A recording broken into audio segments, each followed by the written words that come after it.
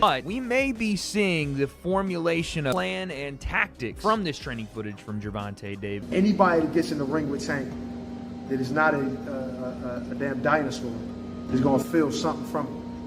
And it ain't going to be easy to hit it. Gervonta Tank Davis has the boxing world buzzing after new training footage showed a shocking transformation ahead of his fight with Jake Paul. The undefeated champ looks stronger, sharper, and more explosive than ever. His bulked-up frame and raw punching power have fans calling this the scariest version of Tank they've ever seen. Every punch in the gym looks like it's meant to end a fight. If this is the form he's bringing on fight night, Jake Paul might be walking straight into a storm he's not ready for.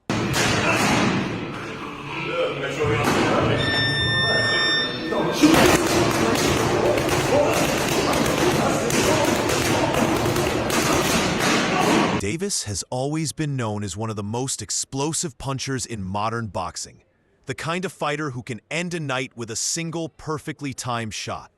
His knockouts go viral, his stare-downs send chills, and his calm, almost silent intensity has become part of his legend. But this new footage feels different. In the past, Davis trained for precision and speed. His lightweight power was built on timing, not bulk. Now, though, he looks transformed. The added muscle, the heavier frame, the way he's sitting on his punches, it all signals a more dangerous version of Tank. He's not just faster and sharper this time.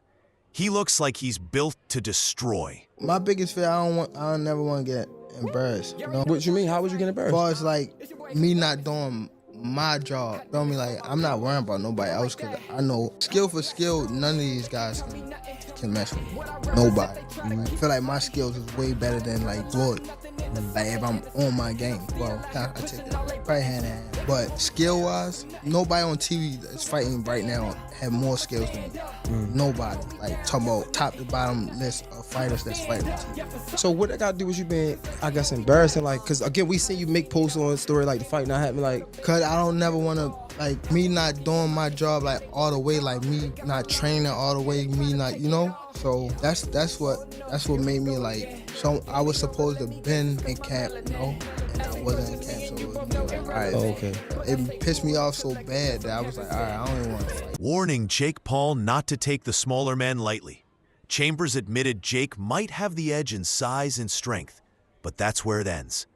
Because Davis, with his speed, precision, and terrifying knockout power, is a different kind of beast altogether. If you're not a monster yourself, Tank will make you look bad, Chambers warned, and he meant every word. His statement cuts right into the heart of the debate everyone's having. Can Jake's size really outweigh Tank's skill? For Chambers, the answer couldn't be clearer. No amount of muscle will save Jake Paul if Gervonta Davis finds that one perfect shot. That something like this can happen, but this is social media, this is what it's created. There's a lane that Jake Paul has created. Honestly, I'm not mad at him for it. He's gotten a lot of fighters and, you know, actual fighters some shine. It also has done for women's boxing a lot. So I'm not mad at him for what he's been in boxing, what he's created. This is a little crazy right here. This is a little crazy. And a lot of people will say, Tank is too small. Let me tell you something. Anybody that gets in the ring with Tank that is not a damn dinosaur is going to feel something from it. And it ain't going to be easy to hit it. Got boxing IQ. He may not sound like an intellectual guy when you hear him talk, but he knows the ring inside and out. So there's nothing that Jake Paul can do aside from make it extremely ugly by grabbing him and probably trying to throw him to the ground. I don't know what else, bite him. I don't know, but I mean, the skill level alone. Now, of course, there is a size difference, a height difference, and all that. But he's just going to struggle so much landing a shot. You know, it's just going to look bad. To me, this is the way I see it. It's going to look bad. Tank is going to be too fast. And the punch, I believe, I'm not saying it's going to knock him out or, you know, but he's gonna feel it. Davis is sending a chilling warning before his clash with Jake Paul, boldly claiming he could drop a 300-pound man with zero fighting experience. And coming from him, that's not just talk. Known for his explosive power and lightning-fast hands, he means every word. It doesn't matter how big he is, Tank said in an interview. If he doesn't know how to fight, I can handle him. Skill beats size every time. The undefeated lightweight champion broke it down simply. Boxing isn't about brute strength. It's about timing, technique, and precision. Sure, a 300-pound man might have raw power, but Davis knows his speed, agility, and knockout force would make him nearly untouchable. What do you think is the minimum weight of someone that could beat you in a fight? Minimum weight? Yeah, say someone's like 250 Yeah, probably like 250, 220 or some shit like that. with no experience. Yes, sir. Someone with no experience. Yeah. Yeah. No, hell no. They gotta have experience to beat me. No, but like a 300 guy, no experience. You think you I'm could beat him? whooping that ass. I'm whooping that ass. Despite Davis's terrifying new training footage and his bulked-up physique, many fans and analysts still insist he's just too small to beat Jake Paul. At only 5'5", and with most of his career spent at lightweight, Tank would be walking into the ring giving up major height, reach, and weight to the naturally bigger Paul. Critics argue that no matter how powerful or muscular Davis looks, physics still play a role, and Jake's solid 190-pound frame might be able to take far more punishment than Davis is ready for. All of a sudden, we want to know who will win in this fight, Jake Paul or Tank Davis. It's a legit question, and I actually want to really hear your thoughts on who do you think is going to win, because I know what Vegas is saying, but I want to know what you think. You got Personally, I think Tank too little, bro. Yo, I think Tank too little. I'm so glad you have a brain on your fucking shoulder. I think Tank the too way little. I did. I said, bro. I think Tank's too little. That's what I'm saying. At weight classes for a reason. Tank Davis At weight classes for a reason. 5'5", 135 pounds. Jake Paul is 6 feet, 205 pounds. That's what I'm saying. Dog. He's too 6'1", little. 205. Everybody's like, yeah, bro, but Tank it only takes one good punch. Yes, it takes one good punch when you're about the same size. There's a 60, 70-pound difference in weight in these people. I don't think nobody puts the physics in mind. Jake Paul gets punched in the face by dudes 200 pounds with all their might on a weekly basis. A 135-pound puncher, bro. If y'all remember the Mayweather versus Conor McGregor fight, Conor walks around like 180 on the regular. He's like 5'9", 180. Mayweather's like 5'7", 145. That 30-pound, 20, 30-pound difference, bro, if you remember that fight, Mayweather was putting mittens on Conor. Guess what happened to Conor? He didn't hit the ground once. No. He lasted all 12 rounds getting hit with flurries. I'm talking about Mayweather was having his time. He's being cocky with it, hitting him with all kind of combos. And we're watching the last 3 rounds of that shit like, yo, knock him out. And you know what? He could not knock him out because Conor gets punched by people that are 170, 180 pounds on a regular. And just that 20, 30-pound difference, it was like impossible for him to do anything. And that's exactly what I feel like is going to happen versus Jake and Tank. Many fans are already drawing parallels between the upcoming Jake Paul versus Davis showdown and the infamous Logan Paul versus Floyd Mayweather exhibition. Another classic battle of size versus skill. Just like Mayweather, Davis enters as the smaller, sharper, and far more experienced fighter. And Jake, much like his brother, leans on raw size, power, and relentless aggression. In that Logan versus Mayweather fight, the massive size gap kept Logan on his feet. But it was Mayweather's timing and precision that truly controlled every second of the ring. Jake Paul, Tank Davis fight got moved to Miami. I think Jake wins. Jake's just so big, dude. I think Jake wins. This is different because it's similar. It's similar to Logan versus Mayweather, but Jake has better Paul boxing. now obviously is way more advanced than where Logan was at that moment in time. I mean, Gervonta it's is just fucking sick. I mean, yeah, no, but dude, Did you Jake. ever watch his highlights? Jake can He's crack, nasty, man. bro. He's so sick. I love nasty. that guy. Boxing analyst Aid Oladipo offered a sharp take on this fight, arguing that it's happening too soon in both fighters' careers. He pointed out that, unlike Floyd Mayweather and Logan Paul, who faced off in an exhibition long after their prime, Davis and Jake are still in their athletic peak. To Oladipo, this matchup feels more like a spectacle than a step toward legacy, one that could pull both men away from the real challenges waiting in their divisions. He suggested the fight would make far more sense later, once each had proven more in their own lanes. For now, he sees it as an unnecessary detour, one that might overshadow their true potential and long-term goals in the sport. Whether you agree with it or not, Gervonta is considered the #1 lightweight in the world. And it's a division that includes Shakur Stevenson, a lot of young guns coming up. I'm not any more sure if it's going to include Keyshawn Davis, but it's a hot division. He's considered #1 in that division. Like, that's why I kind of find this a bit, don't know. Like, there are challenges out there for Gervonta. There are big money fights out there for Gervonta. We want to see Gervonta in those fights. Again, I don't know how many fights people want to see AJ in, just to make the AJ Jake Paul comparison. One, as far as I'm concerned, that was Tyson Fury. I don't really have any interest in seeing an AJ in any other more fights. Whereas Gervonta Davis, I wanted and still do want to see him in so many more fights. So, yeah, it's kind of weird. These exhibition things are, like, really and truly, they should all be when your career's done. Like, when you think of Floyd versus Logan Paul, it's done, right? Floyd versus Conor. Did he have one more after? Was that it? I can't even remember. But it was right at the end. It was done. Right at the end. Even if it wasn't. Right at the end. These guys having these exhibition fights in between what is the peak of their career is kind of weird for me. Very, very weird. And then it isn't even comparable to Ngannou Fury, because at least these guys were the same size. Like, Jake Paul is a 215, 220 pound guy. I don't know what he walks around at. Gervonta fights at 135. Guessing he walks around about 155. At the press conference, Jake Paul made sure to highlight his physical edge over Davis, his height, reach, and overall size. He broke it down confidently, saying that Tank's aggressive, close-range style leaves openings he plans to exploit with his longer reach and powerful shots from the outside. But Jake also admitted something that caught attention. Beating Tank wouldn't suddenly make him an elite boxer. Instead, he described this fight as another step in his evolution, a chance to prove he can hang with world-class opponents, not a shortcut to the top.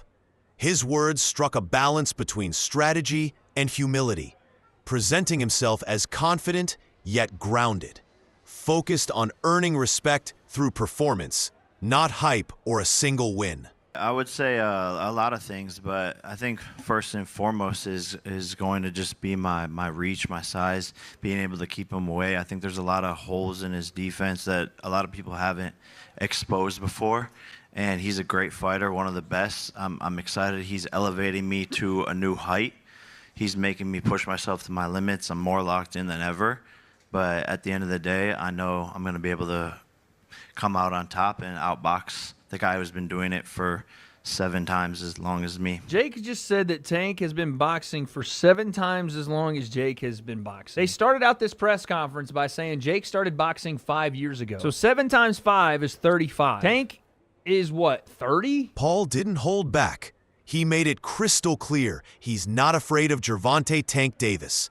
With bold confidence, he even claims that if they met on the streets, he'd shake Davis upside down.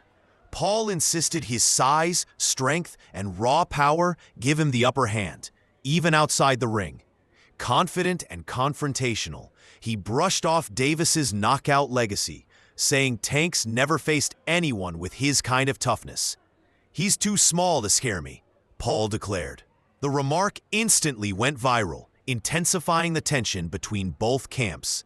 While Davis stays locked in on training, Paul keeps talking big, promising to prove that power will always beat precision.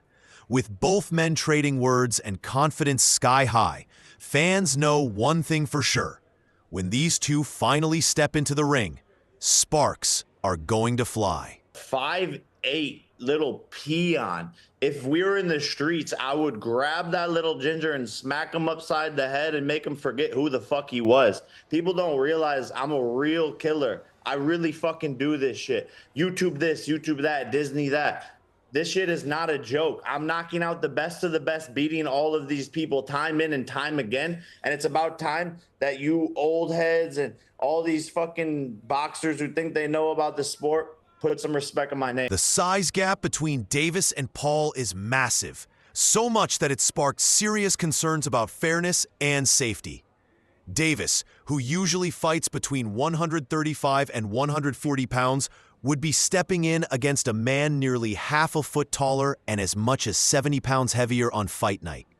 The bout is scheduled at a 195-pound catchweight, but Jake Paul is expected to rehydrate to around 215 once the bell rings. Meanwhile, Davis's in-ring weight would likely stay close to 150. That's the kind of difference boxing rules are meant to prevent.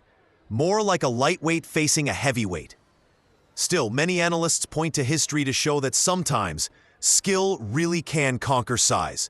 Back in 2009, David Haye, weighing just 217 pounds, beat Nikolai Valuev, the 7-foot giant who weighed nearly 316, almost a 100-pound gap. Tiny man, 5'5", and I reckon his in-the-ring weight is somewhere around 145 to 150 pounds. Meanwhile, Jake Paul is around 6 foot. We're not quite sure. I think he says he's 6'1" or 6'2".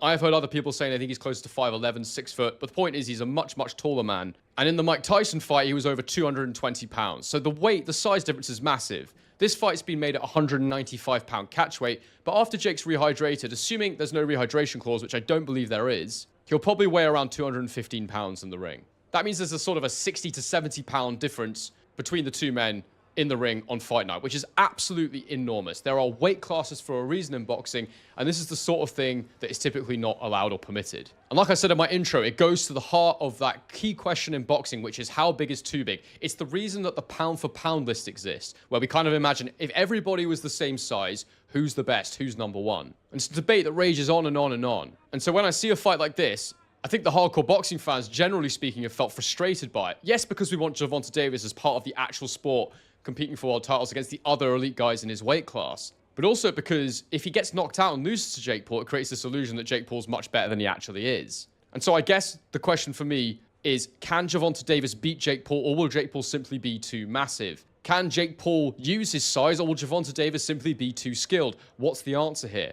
And in trying to answer this, I looked to history. And there's one fight that immediately popped out of my mind, and I thought, I wonder what the size difference was there. In fact, it may even be more significant. And it was, and the small guy won. Some of you might be thinking about it right now. It's when David Haye took on the monster, the absolutely ginormous human being, Nikolai Valuev. I think it took place around 2009. So at the time, I was literally a teenager. I didn't have a clue what I was looking at, and I'd fully bought into this David versus Goliath story. But I think it's an excellent example here to draw comparisons between the Gervonta Davis-Jake Paul fight to try and understand whether or not this is a good template and blueprint to try and predict and understand what the size difference might look like in the ring. Now, David Haye was 6'3" and was 217 pounds for the Valuev fight. Despite Valuev's massive size and reach advantage, Haye relied on speed, timing, and flawless movement to outbox him and take the win by decision. That fight remains one of boxing's most iconic David versus Goliath moments, a reminder that size alone doesn't decide everything. It's the same parallel drawn here. Gervonta Tank Davis may be much smaller than Jake Paul, but if his skill level is sharp enough, he could This means that the weight gap was just a tiny bit under 100 pounds, which is obviously 40 pounds more, 35 pounds more than the gap between Davis and Paul. And there was a 9-inch gap in their height versus what seems to be a 7-inch height gap between Gervonta Davis and Jake Paul. And if you go back and watch that fight, David Haye wins it fairly comfortably. He uses his speed, his power, he moves around the outside of the ring and comprehensively outboxes Valuev, even hurting him at one point in the fight. I remember getting so excited seeing it and thinking, God, he's actually managed to wobble the giant. This is ridiculous. And so on the surface, that was a bigger gap, a harder fight for David Haye than Gervonta Davis might find Jake Paul as an opponent. The size gap was significantly bigger. And Nikolai Valuev was a guy who won over 50 fights. You know, this was an actual competitive heavyweight boxer who'd beaten some decent names. Aiden Ross, a popular streamer, is convinced Jake Paul is about to shock the world against Gervonta Davis. To him, anyone doubting Jake's chances simply doesn't understand boxing. Ross insists Jake has leveled up with every fight, now possessing the tools to challenge even a world champion. He brushed off critics who still label Jake as just a YouTuber turned boxer, arguing that Paul's performances have already proven otherwise. And recently, Jake added fuel to that confidence by announcing he's cleared every USADA drug test ahead of the fight, agreeing to random checks from the sport's top anti-doping agency. He's determined to silence anyone suggesting his rise is unnatural. His message was simple and defiant.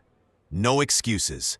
With eyes on his rapid transformation, Paul wants this fight to prove one thing: his power and endurance are real, not manufactured. For all of you Karens who accuse me of being on steroids as the reason for winning all of my fights, we have the strictest drug testing possible for this match. U.S. Anti-Doping Agency. Random drug tests at any moment. Oh, look. They're here now. Hey, USADA, me in the car. Looking good. See if you're on steroids. Clean as a whistle, contrary to what they say. Overall, analysts agree that Jake Paul versus Gervonta Davis isn't just another boxing match. It's a global spectacle. With Jake's massive crossover fame and Tank's world-class skill, this fight goes far beyond the usual matchups like Canelo versus Crawford. It's proof that in today's boxing world, entertainment and mainstream appeal can matter just as much, if not more, than legacy alone. You know what I mean? Especially Tank been talking about retiring, so why not get the bag and then go about your business if that's your plan? I mean, if that's your plan to retire, then go get the bag and go about your business. You ain't doing nothing wrong. I'm not against it. You got some people that are very critical of Tank. Does